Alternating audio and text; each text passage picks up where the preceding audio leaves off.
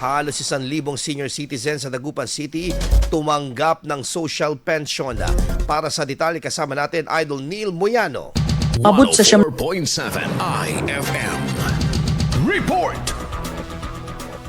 Abot sa 779 na senior citizens mula sa Barangay IV, Calmay, Carael, Lomboy at Salapingao ang tumanggap ng kanilang ikalawang bugso ng social pension para sa taong 2025 na ginanap kahapon ng umaga sa Dagupan City Plaza. Bawat benepisyaryo ay nakatanggap ng 3,000 pesos bilang bahagi ng programang pangkalinga ng pamahalaan sa mga nakatatanda alinsunod sa Republic Act No. 11982 o ang Expanded Centenarian Law.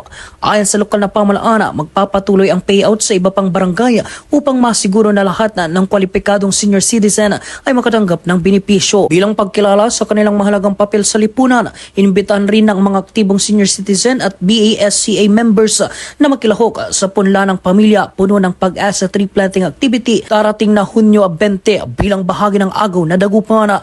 Kasama mo mula rito sa IFM News Dagupan, ito si Idol Neil Moyano, Tadak IFM. IFM News. IFM News. IFM News.